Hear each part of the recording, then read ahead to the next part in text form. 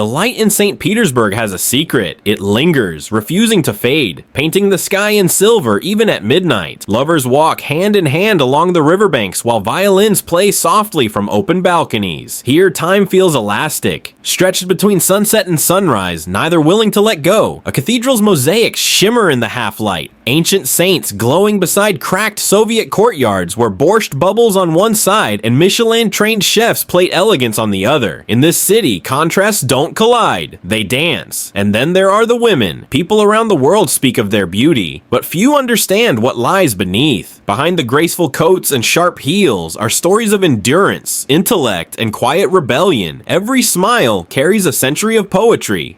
Every glance a trace of Russian winter and unbroken pride. As the bridges rise at night, the Neva opens like a stage curtain. Boats drift beneath, and from the distance, a red-sailed ship glides through fireworks. The legendary Scarlet Sails celebration, when the city becomes a living fairy tale of hope and youth. This is St. Petersburg, the city that never fully sleeps, never truly forgets, and never stops seducing the world with its mystery. St. Petersburg sits like a green and gold crown at the edge of the Baltic, where the river Neva meets the sea. Founded in 1703 by Peter the Great, it was built as Russia's window to Europe. And even today, it feels like the country's open diary, written in marble, water, and wind. The city stretches across more than 40 islands, linked by hundreds of bridges. Its streets are wide, its spirit even wider, a place where past and present meet on every cobblestone. Winters here are long and demanding, sharpening the senses and teaching resilience. Summers, by contrast, are luminous and poetic. Weeks where the sun refuses to set, turning the city into a dream of light and music. The people of St. Petersburg speak Russian, of course, but their language is also art, gesture, and rhythm. The culture thrives in contradictions. Imperial palaces beside graffiti alleys, silent monasteries near bustling trams, quiet Orthodox chants echoing behind electronic beats. It's a living museum, not frozen in time, but breathing history in every reflection on the Neva's surface. A city of opera and overcoats, of literature and laughter, of solitude and symphony. A city that welcomes you softly and never lets you leave unchanged. Imagine standing by the Neva River at midnight, and the sky is still blue. The sun hovers low, refusing to disappear, painting the city in endless twilight. This is St. Petersburg's most magical secret, the white nights. From May to July, daylight stretches for almost 24 hours. Locals walk, dance, and fall in love beneath skies that never darken. You can see children riding bicycles at 2 a.m., couples eating ice cream along the embankment, and musicians playing jazz on every corner. But it's not just about the light, it's about how it feels. That sense that life has slowed down to let beauty breathe. Poets once said that during white nights, the soul wakes up. Even Dostoevsky wrote about this strange enchantment, the way the city seems to float between dream and reality. And if you ever visit, you'll understand why people here never sleep, because who could close their eyes when the sky itself refuses to? The Hermitage Museum is not just a building, it's an empire of art. Founded in 1764 by Catherine the Great, it now holds more than 3 million pieces. Paintings, sculptures, jewelry, even the personal collections of emperors. Walking through its marble halls feels like stepping through the pages of civilization itself. You pass Rembrandt, Da Vinci, Michelangelo, each room opening like a new world. The ceilings are gold-leafed, the staircases glisten with chandeliers, and the echoes of centuries linger in every step. But what most people don't realize is that the Hermitage was once a private palace. Catherine would stroll through its galleries alone at night, reading letters from philosophers and ordering new paintings from Paris. She called it her hermitage, her place of solitude. Today, millions visit each year, yet that hush of reverence remains. Even in the crowds, there's silence, the kind that art demands. If St. Petersburg has a heart, the Hermitage is where it beats the loudest. Every great city has one street that defines it. In Paris, it's the Champs-Élysées. In New York, it's Fifth Avenue. And in St. Petersburg, it's Nevsky Prospect. Stretching nearly 5 kilometers, Nevsky is the city's grand artery, lined with cathedrals, cafes, and theaters where history and style walk hand in hand. You can feel centuries of footsteps beneath your shoes. By day, trams rattle and businessmen hurry past bookstores. By night, neon signs and violinists take over. The scent of roasted coffee, perfume, and rain mixes in the air. Here you'll meet everyone: artists, students, soldiers, street poets. It's where revolutions were whispered and romances began. Even Gogol wrote that there's nothing in Russia more splendid than Nevsky Prospect. And it's true. To walk here is to feel the pulse of the city, elegant yet restless, proud yet tender. If you listen closely, you can almost hear history breathing through the cobblestones. St. Petersburg women are often called some of the most beautiful in the world, but what sets them apart isn't just appearance. It's the grace, confidence, and quiet mystery they carry. Walk through the streets on a summer evening and you'll notice something. People here dress for life, heels clicking on wet pavements, scarves flowing in the wind. Every outfit a kind of self-respect. Even in winter, when snow covers the city, women move like it's a runway. Not out of vanity, but pride. Beauty here is a language. It's how people express resilience after long winters and tough histories. Fashion becomes poetry, perfume becomes defiance, and a smile can feel like sunlight after months of cold. In this city, elegance isn't about luxury. It's about dignity. A reminder that even after revolutions, art survives and people still find reasons to shine. Life in St. Petersburg moves with a peculiar tempo, slower than Moscow, but deeper, more reflective. Mornings start with steaming cups of black tea and rye bread, while trams hum through mist-filled streets. People carry books instead of phones, and even a short walk feels like an act of meditation. Locals love to stroll, and they call it progulka, the art of walking with no destination. You might see grandmothers feeding pigeons near the Fontanka Canal, artists sketching bridges, or students sitting on riverbanks reading Pushkin. As day fades, the city softens. Street lamps glow like amber beads, and the aroma of fresh pastries drifts from tiny bakeries. Even in the chaos of traffic, there's something musical in the rhythm of life here, like a ballet of patience. And when the first snow arrives, everything slows further. The world turns silent and the city exhales, and as if to say, we've survived another year. That's St. Petersburg's real beauty, not just in its monuments, but in its moments. Look down from any bridge in St. Petersburg and you'll see the city mirrored in water, with over 340 bridges and 90 rivers and canals. It's often called the Venice of the North, but in truth, it's colder, quieter, and far more poetic. Each bridge tells its own story. The Anichkov Bridge guards its corners with bronze horses that seem ready to gallop into history. The Palace Bridge rises at midnight to let ships pass, its lifting arms glowing like wings. When the bridges open, the city splits. Lovers stranded on opposite sides wave goodnight until dawn. It's become a ritual of patience and longing, a reminder that in St. Petersburg, even engineering becomes romantic. At night, reflections shimmer on the Neva like liquid silver. Here, you don't just cross bridges, you travel between centuries. Walk a few blocks away from the palaces, and the grandeur fades into the quiet echo of Soviet courtyards. These are the city's forgotten lungs, peeling walls, rusted balconies, children's laughter echoing between them. To outsiders, they might seem gray. To locals, they're home, where people shared soup, stories, and survival. Each courtyard hides small gardens, cats sleeping on windowsills, and old men playing chess on broken benches. This contrast, Baroque gold beside Soviet brick, defines St. Petersburg, a place constantly balancing beauty and endurance. Even today, the city preserves these layers like pages in a book. Tsarist elegance, communist endurance, modern reinvention. It's a visual conversation between wealth and weariness, both equally Russian. If you listen carefully, you'll hear an invisible soundtrack, accordion music from a window, the creak of bicycles, laughter from another era, because here time doesn't erase, it whispers. Russian food in St.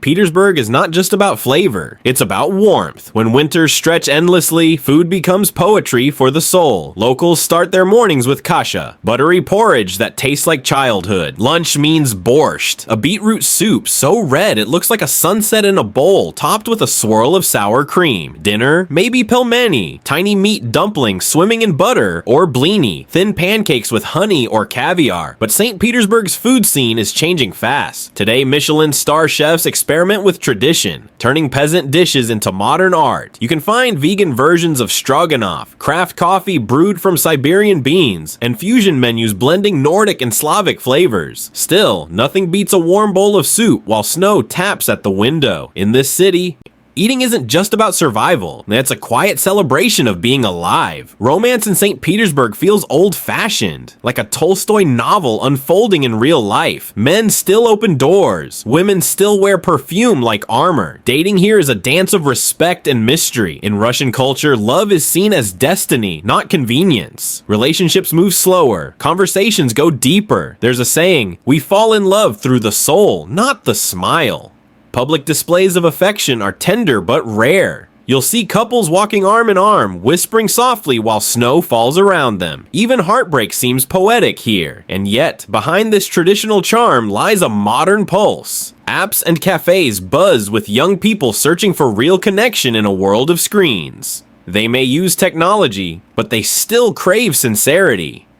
In St. Petersburg, love isn't about perfection, it's about endurance. The belief that beauty is worth waiting for. Would you want to fall in love under the white night sky? Comment 5 if yes. Fact under 10. Cafes that never sleep. Approx 170 words. While Moscow rushes, St. Petersburg lingers, especially in its cafes. They're not just places to drink coffee, they're stages for philosophy, art, and conversation. Step into one on Nevsky Prospect and you might see a poet writing by candlelight, a painter sketching, or students debating Dostoevsky over cappuccino. The walls are brick, the lights soft, the air filled with the scent of cinnamon and nostalgia. Locals don't hurry. They sit for hours, lost in thoughts or stories. It's said that half the city's ideas, from revolutions to romances, began at cafe tables. Even today, the tradition lives on. There's something deeply Russian about sipping strong coffee while snow falls outside. An act of defiance against the cold. Here, time isn't measured by clocks, but by cups. St. Petersburg has long been Russia's artistic soul. From ballet and symphonies to underground graffiti, art is everywhere, even in the air. The Mariinsky Theater still hosts world-class performances where ballerinas move like falling snowflakes. In contrast, street artists paint vivid murals across industrial walls. Stories of love, loss, and rebirth. Winters inspire a special kind of creativity. When the world turns white, painters capture the blue glow of frozen canals. Photographers chase the reflection of street lamps on ice. For locals, art is not luxury, it's survival. It's how they process darkness, how they turn cold into color. Visit the Urarta Museum and you'll see modern Russian art exploding with emotion. Proof that the creative flame here never dims, because even when the sun disappears for weeks, this city keeps finding ways to shine. Among the city's thousands of domes, none shine brighter than the Church of the Savior on spilled blood. Built on the very spot where Emperor Alexander II was assassinated, it's both a tragedy and a masterpiece. Its onion domes swirl in blue, green, and gold like something from a fairy tale. Inside, over 7,000 square meters of mosaics tell stories of faith and sacrifice. When sunlight hits the walls, the whole interior glows, as if heaven itself was reflecting. Orthodox Christianity remains deeply woven into local life. Many residents light candles every Sunday, whispering prayers for health, family, and peace. Religion here isn't loud. It's personal, private, and enduring. Even during Soviet times, when faith was suppressed, people kept icons hidden in drawers, believing in silence. In St. Petersburg, churches aren't just buildings, they're living testaments of resilience. Proof that even after empires fall, belief survives. When the sun finally dips below the horizon, St. Petersburg doesn't rest. It transforms. The night comes alive with music, laughter, and mystery. In summer, open-air concerts fill the parks. In winter, candlelight jazz echoes through basements once used as bomb shelters. There's a sense of shared intimacy, as if the entire city knows life is fragile, so it dances anyway. The younger crowd drifts to hidden bars in old warehouses, where DJs mix electronic beats with Russian folk.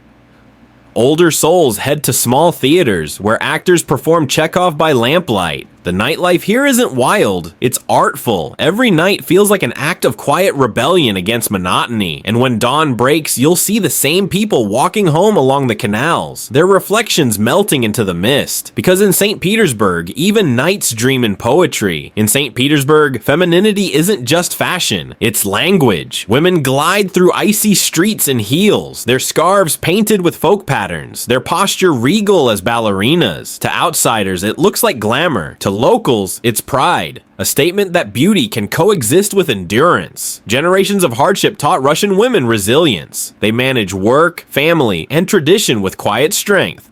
Their grace comes not from luxury, but from survival. Many say Petersburg women carry the city's spirit, cold on the surface, warm underneath. They believe presentation is respect, for self, for others, for life. You'll see friends sharing lipstick in a cafe mirror, grandmothers in pearls feeding pigeons by the canal. Elegance here is not vanity. It's memory. It's what keeps the city beautiful even when the sky turns gray. Though built of stone, St. Petersburg breathes through green veins. Parks stretch across the city like whispered prayers to nature. The Summer Garden, designed by Peter the Great himself, remains an oasis where sculptures peek between birch trees. In spring, cherry blossoms fill the air with perfume. In autumn, golden leaves carpet the cobblestones. Locals walk slowly, feeding swans or reading poetry by the water. But nature here isn't only peaceful, it's dramatic. Beyond the city, vast forests, lakes, and the Gulf of Finland shape a landscape that feels endless. People escape there on weekends to pick mushrooms, fish beneath gray skies, or simply listen to silence. For Russians, this connection to the wild is spiritual. It's a reminder that no empire or ideology can outlast the forest. Even in a city of palaces, the soul of the taiga beats quietly beneath the pavement. In St. Petersburg, manners are subtle but sacred. A true local never smiles at strangers on the street, not out of coldness, but honesty. Smiles are considered personal gifts, saved for real joy. You greet with a firm handshake, remove gloves before meeting someone's eyes,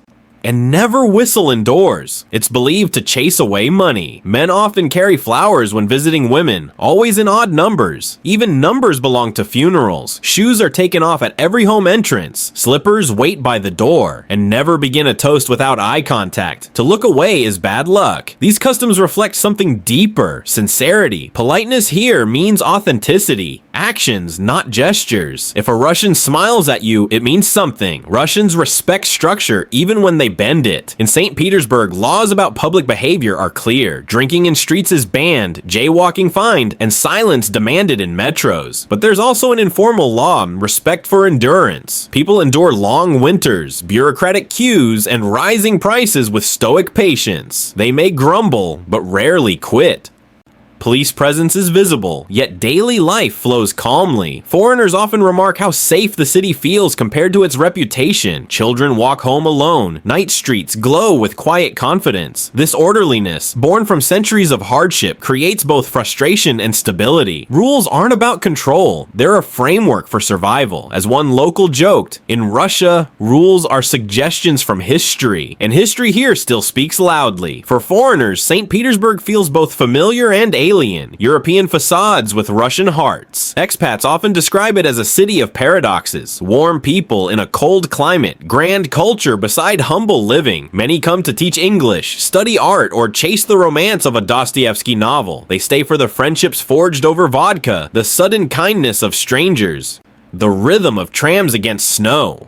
Life isn't easy for outsiders. The language, the bureaucracy, the long nights test patience. But those who adapt discover a deep community. Neighbors bring soup during flu season. Landlords invite you to family dinners. St. Petersburg teaches foreigners a slower rhythm, a lesson in contentment without constant comfort. It's not luxury that wins them, it's authenticity. Many leave saying, "Russia changed me. It taught me to feel again." 185 words. Family remains sacred in St. Petersburg. Despite modernization, many traditions endure. Weddings in white, newlyweds locking padlocks on bridges, families dining together on Sundays. Marriage here carries weight. It's not only love, but duty. A promise to withstand life's storms together. Divorce exists. Yet even separated parents often remain deeply involved in children's lives. Grandparents play vital roles, raising the young while parents work. 3 generations often share one apartment, a practice born from Soviet scarcity, kept alive by closeness. Gender roles are evolving. Women hold high positions in medicine, education, and business. Men still feel expected to provide and protect, but modern couples are rewriting the balance, seeking partnership, not hierarchy. Love here isn't about extravagance. It's about endurance. Just like the city itself, every June, as the White Nights reach their peak, St. Petersburg becomes a fairy tale. The Scarlet Sails Festival transforms the Neva River into a sea of crimson light. Fireworks burst across the midnight sky. A tall ship with scarlet sails glides through the water, symbolizing hope and youth. It began as a small post-war celebration. Now it draws millions. The story behind it comes from a children's novel, Scarlet Sails, a tale of a girl who believed in impossible dreams. For one night, the whole city believes with her. Couples kiss on bridges, students celebrate graduation, music echoes through every canal. It's not just a festival, it's an emotional heartbeat of St. Petersburg. Because this city, born from swamp and frost, still dares to dream in color. Compared to Western Europe, St. Petersburg offers a surprisingly gentle cost of living. A comfortable apartment in the city center costs around $800, $1,000 USD per month. Outside the ring road, half that. Groceries for a couple average $250. $300, transport passes $25, and dinner for two rarely exceeds $40.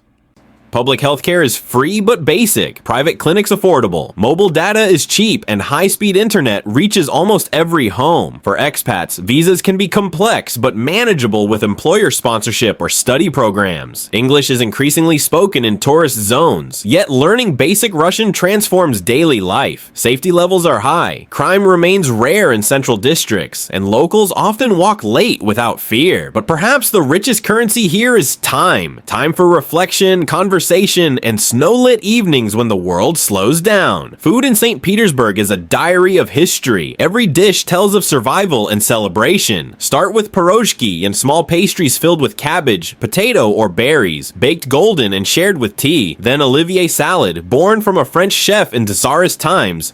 Now, a New Year's staple in every home. Herring under a fur coat layers beets, fish and mayonnaise in a colorful mosaic that somehow works. For warmth, there's shchi, cabbage soup that once fed soldiers and now comforts families. And for sweetness, medovik, a honey layer cake as tender as the city's sunsets. Modern cafes reinvent these classics, turning street food into art. From vegan pelmeni to caviar toast with champagne, tradition keeps evolving. But food here isn't just eaten, it's shared. Every meal ends with a toast to love, to health, to tomorrow. And always, always with bread and salt, symbols of friendship older than any border. As dawn spills across the Neva, you understand why St. Petersburg feels eternal. It's not the palaces or cathedrals, it's the emotion woven between them.